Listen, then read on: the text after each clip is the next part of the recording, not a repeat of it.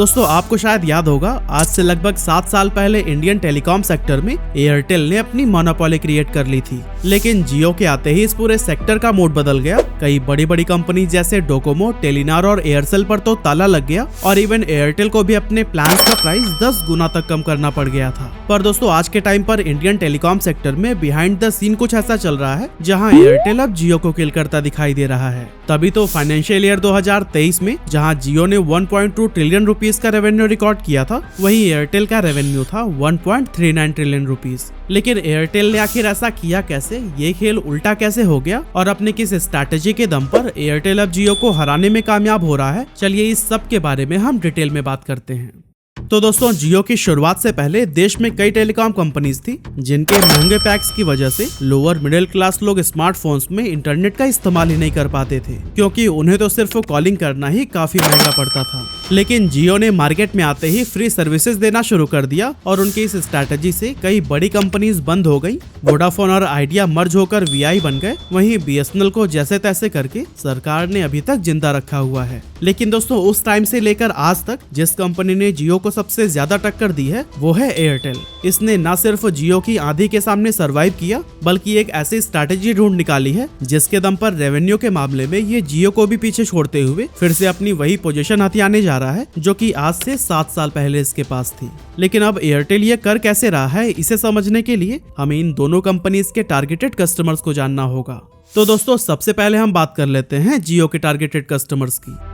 जियो सबसे पहले उन कस्टमर्स के ऊपर ध्यान देता है जो कि middle class and lower middle class के होते हैं। एग्जाम्पल के लिए यह फीचर फोन जिसकी कीमत सिर्फ 999 रुपए है, इसकी मदद से जियो उन लोअर मिडिल क्लास को भी इंटरनेट पर लाने की ट्राई कर रहा है जो कि अभी तक सिर्फ 2G फीचर फोन का ही इस्तेमाल करते थे। और वहीं अगर देखा जाए लोअर मिडिल क्लास से ऊपर के लोगों को, तो फिर इस सेगमेंट के लोगों के लिए भी जियो ने अपना जियो फोन नेक्स्ट 4G मार्केट में लॉन्च किया है। हालांकि जियो पोस्टपेड, जियो फाइबर और जियो सिनेमा जैसी सर्विसेज के जरिए जियो प्रीमियम कस्टमर्स को भी लुभाने की ट्राई करता है, लेकिन कहीं ना कहीं अभी उनका focus middle and lower middle class पर ज्यादा है। पर दोस्तों वहीं अगर हम बात करें एयरटेल की स्ट्रैटेजी की, तो फिर वो ट्रेंड को फॉलो न करते हुए अपनी खुद की यूनिक स्ट्रैटेजी प्लान करता है जो कि उसे लॉन्ग टर्म में सफलता दिलाती है।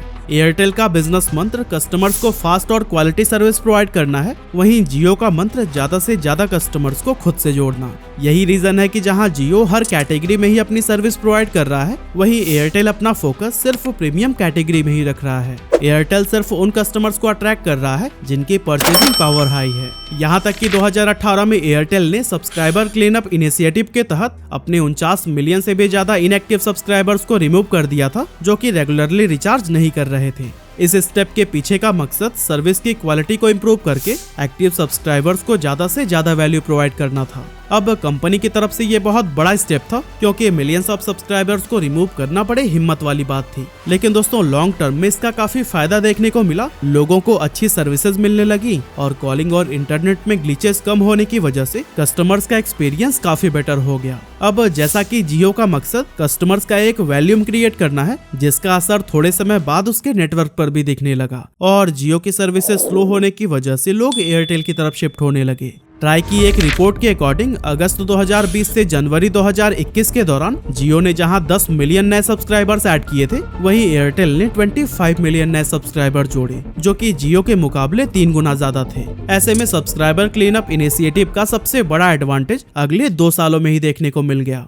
एयरटेल जिस तरह से प्रॉपर फ्यूचर प्लान के साथ आगे बढ़ता है, ठीक यही स्ट्रैटेजी हमें अपनी लाइफ के गोल्स को भी अचीव करने में अप्लाई करनी चाहिए। और इस चीज में हमारा साथ देता है मैक्स लाइफ इंश्योरेंस का यूलिप प्लान, जहां आपके short term and long term goals तो पूरे होंगे ही, पर इसके साथ आपकी फैमिली को सुरक्षित रखने के लिए यहाँ लाइफ कवर भी मिलता है। मैक्स लाइफ इंश्योरेंस के साथ आप 10,000 मंथली इन्वेस्ट करके मैच्योरिटी के टाइम पर करीब 1.1 करोड़ रुपीस पा सकते हैं। और हाँ, जैसा कि आपको पता ही होगा, यूलिप प्लान में आपका पैसा इक्विटी और डेट दोनों फंड्स में ही इन्वेस्ट होता है। पर मैक्स लाइफ इंश्योरेंस के साथ अच्छी बात यह है कि आप मार्केट के ट्रेंड्स के हिसाब से इक्विटी और डेट के फंड को स्विच भी कर सकते हैं। और हाँ, जो आप प्रीमियम पे करते हैं वो 80C और लास्ट में मैच्योरिटी अमाउंट जो मिलता है वो भी सेक्शन 1010D के अंदर पूरी तरह से टैक्स फ्री होता है। तो फिर देर किस बात की, डिस्क्रिप्शन में दिए गए लिंक से जाइए और अपने पैसों को काम पर लगाइए। फिलहाल हम अपने टॉपिक पर वापस आते हैं। अब दोस्तों आपको वो टाइम जरूर याद होगा जब जियो के आने से पहले सिर्फ 1 GB डेटा के लिए ही कस्टमर्स को 250 रुपए से 350 रुपए तक चुकाने पड़ते थे।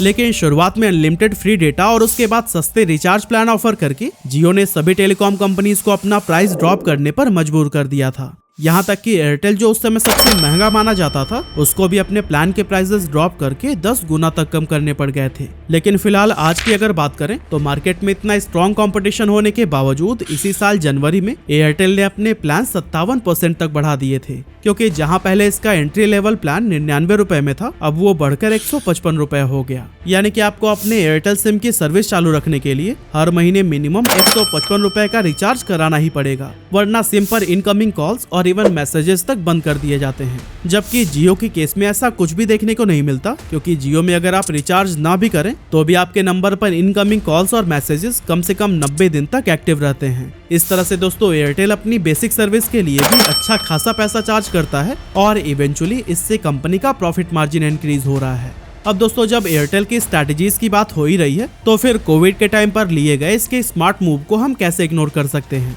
एक्चुअली ये साल था 2022, जब जियो को मार्केट में एंटर हुए 5 साल से ज्यादा हो चुके थे और इसने इंडिया के लगभग हर घर में ही एंट्री ले ली थी। ऐसे में कोविड के टाइम एयरटेल को एक नई अपॉर्चुनिटी दिखाई दी और वो उन घरों में भी एंटर होने में कामयाब हो गया जहां लोगों की पहली पसंद जियो बन चुका था। असल में कोविड के दौरान जब लोग अपने घरों में कैद हो गए तो उस समय ऑफिस के काम से लेकर बच्चों की पढ़ाई तक सब कुछ ऑनलाइन होने लगी। बस इसी चीज का ही फायदा उठाकर एयरटेल ने फौरन ही अपना फाइबर ब्रॉडबैंड नेटवर्क हर एक मेट्रो सिटी में लॉन्च कर दिया। अब जैसा कि उस समय लोगों को फास्ट नेटवर्क की जरूरत थी, इसीलिए उन्होंने इसे बेहद तेजी से अडॉप्ट कर लिया और देखते ही देखते 31 मार्च 2022 तक इसके 4.8 मिलियन से भी ज्यादा कस्टमर्स हो गए।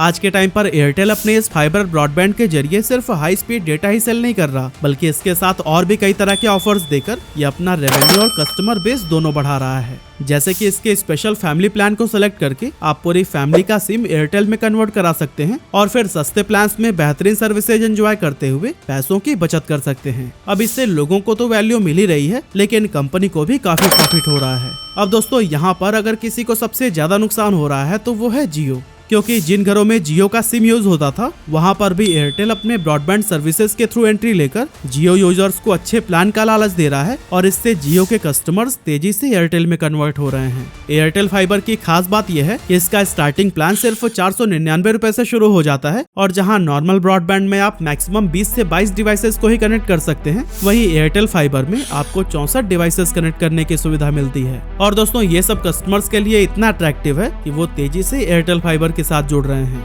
हालांकि मार्केट में जियो फाइबर का भी ऑप्शन अवेलेबल है, जिसे कि सितंबर 2019 में ही लॉन्च किया गया था, मगर आज भी अगर देखें तो मैक्सिमम लोगों को एयरटेल फाइबर ही ज्यादा पसंद आता है एंड रीजन ऑब्वियसली स्पीड और एयरटेल की बेहतरीन सर्विस है। वैसे बेस्ट सर्विसेज के साथ साथ एयरटेल एक स्ट्रॉन्ग इकोसिस्टम भी बिल्ड करने में जुटा हुआ है, क्योंकि एक बार जब भी कोई कस्टमर कंपनी की किसी एक सर्विस को यूज करने लगता है तो काफी हाई चांसेस हैं कि अच्छे इकोसिस्टम की वजह से वो बाकी के प्रोडक्ट्स का भी इस्तेमाल करेगा। एग्जाम्पल के लिए अगर आप एयरटेल का सिम यूज कर रहे हैं तो फिर इनके अच्छे सर्विसेज को देखते हुए हो सकता है कि पेमेंट के लिए आप एयरटेल थैंक्स ऐप का इस्तेमाल करना शुरू कर दें। अगर ये भी नहीं कर रहे तो फिर कंटेंट देखने के लिए एयरटेल एक्सट्रीम का यूज तो जरूर कर सकते हैं, क्योंकि वहाँ आपको 17 OTT का एक्सेस एक ही जगह पर मिल जाता है। साथ ही आप म्यूजिक के लिए उनका विंक म्यूजिक भी इस्तेमाल कर सकते हैं। अब दोस्तों सवाल उठता है कि आपको फ्री सर्विसेज प्रोवाइड करने में कंपनी को क्या फायदा? तो दोस्तों इसका जवाब है एडवर्टीजमेंट, क्योंकि कंपनी का सबसे बड़ा फायदा आपको ऐड दिखाने में ही है। हालांकि सिर्फ अपना इकोसिस्टम बिल्ड करके या फिर कस्टमर्स को ऐड दिखाकर ही एयरटेल जियो से आगे नहीं निकल सकता, क्योंकि जैसा कि हम सबको पता है कि जियो के पास इससे भी बड़ा इकोसिस्टम है। साथ ही उनके सब्सक्राइबर्स का नंबर भी एयरटेल से काफी ज्यादा है। तो फिर ऐसा क्या है जिसमें जियो एयरटेल का सामना कभी नहीं कर सकता? एक्चुअली एयरटेल का एवरेज रेवेन्यू पर यूजर यानी कि ARPU जियो से ज्यादा है। जहां जियो का ARPU 167 रुपीज है, वहीं एयरटेल का 178। इन दोनों के बीच 11 रुपए का फर्क है, लेकिन जियो के पास एयरटेल के मुकाबले ज्यादा सब्सक्राइबर्स हैं, तो हो सकता है कि रेवेन्यू के मामले में इससे कोई खास फर्क ना पड़े। लेकिन अगर एक जगह इसका मेजर इम्पैक्ट देखें तो वो है कस्टमर्स की मानसिकता। अब अगर हम जियो की हिस्ट्री को देखें तो इसने अपने शुरुआती 6 महीने में ही 100 मिलियन से ज्यादा सब्सक्राइबर जोड़ लिए थे। इस इंडस्ट्री में इतनी बड़ी ग्रोथ आज से पहले किसी भी टेलीकॉम कंपनी ने नहीं देखी थी। लेकिन जियो के केस में ऐसा पॉसिबल हो पाया था सिर्फ और सिर्फ उनकी फ्री सर्विसेज की वजह से। आज भी अगर देखें तो जियो के पास काफी ज्यादा सब्सक्राइबर्स वही हैं जो कि फ्री डेटा का इस्तेमाल करते थे। इसके अलावा कंपनी के साथ जो नए सब्सक्राइबर्स भी जुड़े हैं उनके जुड़ने का रीजन भी सस्ता प्लान ही है। इनमें से ज्यादातर तो middle class, lower middle class या फिर ऐसे गरीब लोग हैं जिनकी परचेजिंग पावर काफी कम है। On the other hand Airtel के मैक्सिमम सब्सक्राइबर्स वो हैं जो कि जियो के आने से पहले इस कंपनी के साथ जुड़े हुए हैं और हर महीने 500 से 800 रुपए तक का रिचार्ज प्लान पर खर्च कर देते थे। और दोस्तों जो कस्टमर्स एयरटेल के साथ हाल ही में जुड़े हैं उनके लिए भी वैल्यू मैटर करती है। तो दोस्तों इससे साफ है कि एयरटेल के पास प्रीमियम कस्टमर्स हैं जिनकी स्पेंडिंग पावर जियो के मुकाबले काफी ज्यादा है। लेकिन दोस्तों अब सवाल है कि स्पेंडिंग पावर से कंपनी को क्या फायदा। तो दोस्तों एग्जांपल के लिए अगर कोई प्रीमियम ब्रांड एयरटेल को ऐड दिखाने के लिए अप्रोच करता है तो फिर एयरटेल उनसे बड़ी रकम चार्ज कर पाएगा क्योंकि उसके पास ऐसे प्रीमियम कस्टमर्स हैं जो कि हाई परचेजिंग पावर रखते हैं और इसकी वजह से इन एड्स पर ही ज्यादा लीड जनरेट हो पाते हैं। दूसरी तरफ जियो के पास मैक्सिमम कस्टमर्स ऐसे हैं जिनकी परचेजिंग पावर काफी कम है, इसीलिए अगर वो कोई ऐड रन करेंगे तो फिर बहुत कम चांसेस हैं कि कस्टमर उस प्रोडक्ट को खरीदे और यही चीज एयरटेल को आगे निकलने में काफी मददगार साबित हो रही है। आज अगर हम जियो का मार्केट शेयर देखें तो 37.9% है, वहीं एयरटेल का 32.45। लेकिन अगर ऐसे ही एयरटेल अपना बेहतरीन प्लान इंप्लीमेंट करता रहा तो फिर वो दिन दूर नहीं जब जियो को पीछे छोड़कर ये वापस से टॉप पोजीशन पर बैठ जाएगा। वैसे आपका क्या ओपिनियन है, आने वाले टाइम में एयरटेल वापस से इस इंडस्ट्री का किंग बन पाएगा क्या? कमेंट करके जरूर बताइएगा। और हाँ, मैक्स लाइफ इंश्योरेंस के यूलिप प्लान का लाभ उठाना भी ना भूलिएगा। ज्यादा जानकारी के लिए डिस्क्रिप्शन में दिए गए लिंक को चेकआउट करिए।